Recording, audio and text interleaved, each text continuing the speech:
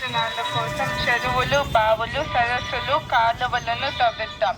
రోజు రోజుకి భూగర్భ జలాలు తగ్గుతుంది. నగర నాగరికత మోసు వల్ల సహజ నీటి నిల్వ చేసుకునే వనరులు, వ్యవసాయ భూములను నాశనం చేసుకుంటూ మానవులు ముందుకెళ్తూ ఉన్నారు. వీటి కారణంగా ప్రకృతి పర్యావరణ వ్యవస్థలో పెను మార్పులు, భూమి వేడెక్కడం, వర్షపాతం తగ్గడం, మాన్సూన్ ప్రక్రియలోనూ పెను మార్పులు సంభవిస్తున్నాయి. ఇలాగే కొనసాగితే రాబోయే రోజుల్లో త్రాగడానికి అలాగే వ్యవసాయ కార్యకలాపాలకు క్లిష్ట పరిస్థితి ఏర్పడుతుంది మరియు వ్యవసాయ భూములు ఎడారిగా మారుతుంది.